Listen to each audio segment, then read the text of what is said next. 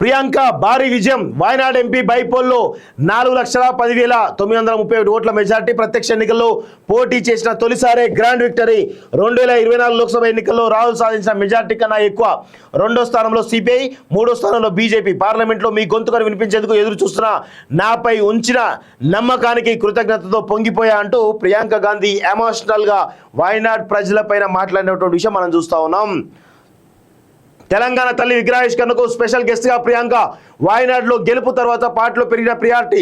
త్వరలో ఢిల్లీకి సీఎం విజయోత్సవాలకు రావాలని ఇన్విటేషన్. సోనియా రాహుల్కు సైతం ఆహ్వానం. ముగింపు వేడుకలు ఘనంగా నిర్వహించాలని ఆ ప్లాన్ అంటూ చూస్తూ ఉన్నాం. సో తెలంగాణ తల్లి విగ్రహావిష్కరణ ఏది సెక్రటేరియట్ ముందు డిసెంబర్ 9న ఈరోజు ప్రతిష్టాత్మకంగా ఈ రాష్ట్ర ప్రభుత్వం చేపట్టినటువంటి తెలంగాణ తల్లి విగ్రహావిష్కరణకు మరి ప్రియాంక గాంధీని ఇన్వైట్ చేయాలని చెప్పేసి కూడా తెలుస్తూ ఉంది. ఎందుకంటే ప్రియాంక గాంధీ గతంలో పార్టీ పరంగా మాత్రమే చాలా కీలకంగా ఉండేది. ఇప్పుడు ఆమె ఒక వయనాడ్ ఎంపీగా పార్లమెంట్లో తన గొంతును వినిపించేందుకు సిద్ధమవుతున్న తరుణంలో కాంగ్రెస్ పార్టీలో చాలా కీలకంగా మారబోతున్నారు ప్రియాంక గాంధీ. సో ఈ యొక్క డిసెంబర్ 9న జరిగేటువంటి సోనియా గాంధీ తెలంగాణ తల్లి విగ్రహావిష్కరణకు ప్రియాంక గాంధీ కూడా రావాలని చెప్పేసి కూడా తెలంగాణ సమాజం అదేవిధంగా ప్రభుత్వం కూడా పెద్ద ఎత్తున ప్లాన్ చేస్తున్నట్టు తెలుస్తూ ఉంది. ఆమె వస్తే కూడా కొంత తెలంగాణ రాజకీయాల్లో కొంత ఒక నూతన ఒరవడి కనబడేటువంటి అవకాశం అయితే కనబడుతుంది. అదేవిధంగా తెలంగాణ సెంటిమెంట్ మొత్తాన్ని కూడా కాంగ్రెస్ పార్టీ తన అమ్ముల పొదిలో క్యాచ్ చేసుకునేటువంటి అవకాశం అయితే ఉంది అనేది అందరం కూడా గుర్తుపెట్టుకోవాలి.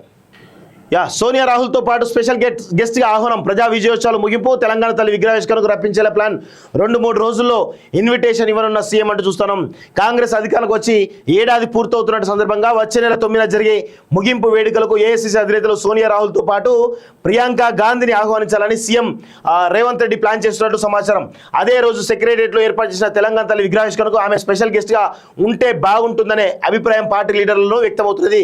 గత ఏడాది డిసెంబర్ 7న ఎల్బీ స్టేడియం వేదికగా జరిగిన సీఎం మంత్రుల ప్రమాణ స్వీకారోత్సవానికి ఆ ముగ్గురు లీడర్లు హాజరయ్యారు. ప్రస్తుత వేడుకలకు సైతం వారిని స్టేట్కు ఆహ్వానించాలనే ప్రయత్నంలో సీఎం ఉన్నట్టు తెలుస్తోంది. ఘనంగా తెలంగాణ తల్లి విగ్రహావిష్కరణం.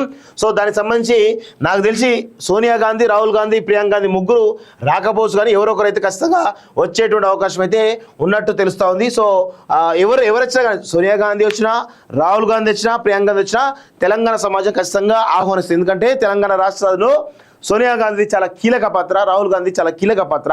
సో వారికి ఆ గౌరవం ఎప్పటికీ ఉంటుంది. ఎప్పుడు కూడా తెలంగాణ ప్రజలు వారి మదిలో వీళ్ళని పెట్టుకుంటారు. ఎందుకంటే తెలంగాణ రాష్ట్ర సాధనలో వాళ్ళు లేకపోతే తెలంగాణ రాష్ట్రం సాకారం అయ్యేది కాదు. కాంగ్రెస్ పార్టీ తన యొక్క మనుగడ ఏపీలోనూ ఇక్కడ కోల్పోతారని తెలిసి కూడా, వ్యతిరేకంగా ఉంటారని తెలిసి కూడా తెలంగాణ ప్రజల అభిష్టానికి ఈరోజు లొంగి కావచ్చు, లేకపోతే వాళ్ళ యొక్క పోరాటం లొంగి కావచ్చు. మొత్తానికైతే సోనియా గాంధీ తెలంగాణ రాష్ట్ర సాధనకు తను వెన్నుదన్నుగా ఉండడం జరిగిందనేటువంటి విషయాన్ని మనందరం కూడా గుర్తుపెట్టుకోవాలి.